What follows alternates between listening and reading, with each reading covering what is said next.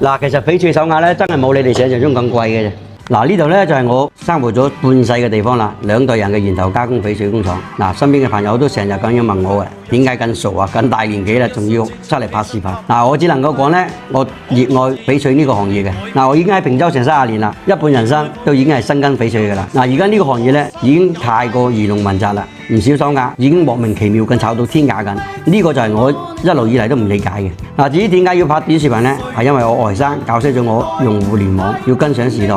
亦都係同時俾你哋睇清楚。嗱，喺我呢度咧冇所謂嘅市場中介茶水費嗰啲嗱雜啲嘢嘅。嗱，咁我老夫子喺呢度咧源頭工廠嗰度，喺我呢度出嘅貨咧全部都係源頭批發價嘅，1-2千蚊嘅手鐲咧，我只收取10%，即係100-200嘅加工費就得噶啦，夠晚餐食就得噶啦。嗱，好似呢批喺我工場呢度啱開嘅料，俾大家睇一睇。嗱，呢個手鐲咧點樣從一個毛坯到成品嘅加工過程。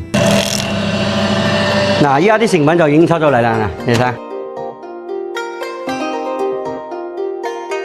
嗱，呢度咁多款，有冇一款係你心目中嘅夢中情鐲呢？如果中意嘅話咧，睇啱同我單翻先就得啦，我嚟同你哋講埋。